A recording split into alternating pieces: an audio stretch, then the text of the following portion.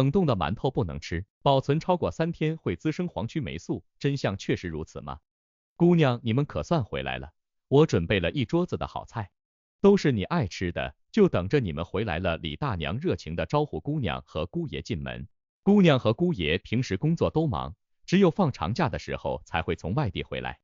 李大娘激动不已，准备了一桌子的好菜。妈，没有做米饭吗？哎呀，你看我忙乎都忘了，没焖米饭啊，冰箱里有馒头，我拿出来热一热，就当主食了。李大娘打开冰箱，准备将冷冻的馒头拿出来。这时候，女儿打断李大娘，妈，你这些馒头是什么时候的了？我上周蒸出来的，没吃完就冷冻在冰箱了，怎么了？您不知道冷冻的馒头不能吃吗？在冰箱里放了超过3天以上的馒头，会滋生黄曲霉素，这是有毒物质，对身体健康不好。李大娘听了女儿的话，有些懵，怎么会？我经常吃冷冻的馒头，也没见中毒啊。哎呀，我说了你也不懂，反正以后这种超过3天以上的冷冻馒头就少吃吧。李大娘听了女儿的劝告，不得不把馒头都扔了，又下楼重新买了新的馒头。但是李大娘还是很疑惑，到底什么是黄曲霉素？难道冷冻的馒头真不能吃吗？黄曲霉素究竟是什么？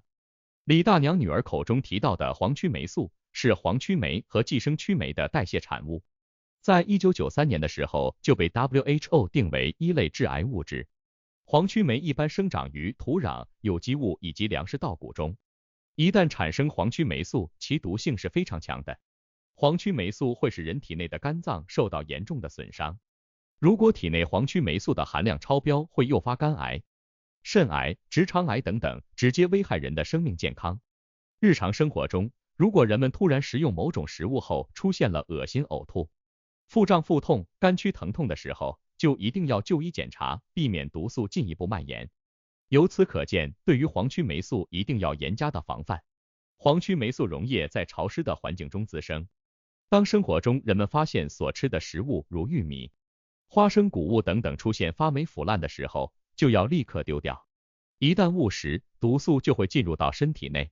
总言之，一些发霉的食物一定要及时的处理，千万不要食用。但是冷冻的馒头也会滋生黄曲霉素吗？2. 冷冻的馒头会产生黄曲霉素吗？到底能不能吃？在日常生活中，父辈人总会喜欢多制作一些面食，比如馒头、饺子、包子等等，制作后冷冻起来，方便之后食用。但是有些人认为冷冻后的馒头会滋生黄曲霉素，再拿出来吃，毒素会进入身体内，对生命健康造成危险。这种说法其实并不可靠，因为黄曲霉素的滋生条件一般是在12到42度，最低的湿度也是在 78%。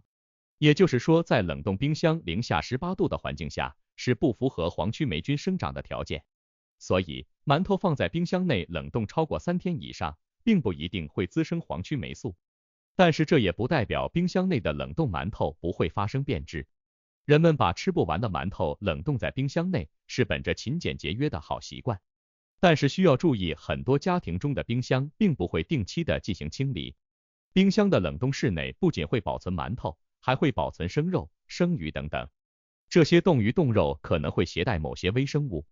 当馒头和这些鱼肉放在一起冷冻的时候，很有可能被微生物所污染，从而使馒头表面滋生一些细菌。人们吃了馒头后，就会对身体健康造成一定的损伤。此外，将吃不完的馒头冷冻起来，或者刚蒸好的馒头冷冻起来，的确可以方便日后再吃。但是如果冷冻的时间太久，就会导致馒头表面的水分以及营养元素流失，吃的时候口感会很差。而且这种长时间冷冻的馒头，即便表面不会滋生黄曲霉素，也可能会产生一些其他的细菌。所以大家在购买馒头或者自己蒸馒头的时候，尽量少买或者少蒸，够1-2天的食用量即可，不要大量的囤积。还有一点需要大家注意，馒头在放入冷冻层之前，就已经受到外界环境的污染，表面已经带有细菌，那么即便是冷冻也会出现变质的现象。也就是说，如果想要更好的保存馒头，避免冷冻后的馒头出现变质的情况，需要将蒸好的馒头晾凉后，尽早的放入冰箱冷冻。冷冻前也要放入保鲜袋内，不要直接将馒头与冰箱内的其他食物混放在一起。人们打算将冷冻的馒头取出来食用的时候，也要充分的加热，让馒头重新变得热气腾腾。吃这样的馒头才会避免对健康造成伤害。生活中，人们除了需要注意关注冷冻的馒头是否发霉变质外，过于发白的馒头也需要关注。大白馒头看上去非常的诱人，但实际很有可能是一些不良商家在馒头中添加了吊白块的食品添加剂。这种吊白块是一种致癌物质，若长时间吃这种过于发白的馒头，会导致身体内的器官负担加重，对身体健康造成严重的伤害。不仅如此，染色的馒头也不建议经常吃。市面上的面食种类琳琅满目，有些商家为了吸引顾客，会将馒头做成五颜六色的样子，看上去非常的好看。但是这些染了颜色的馒头里面会添加很多的色素，也会添加山梨酸钾、柠檬黄等等，这些物质对身体健康并不好。对于喜欢吃馒头的朋友而言，最好在家自己蒸馒头，这样吃起来更加的安全健康。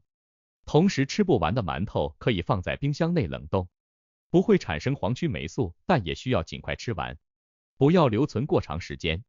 冷冻超过3天以上的馒头虽然不会滋生黄曲霉素，但生活中的黄曲霉素还是会存在的，人们需要引起重视。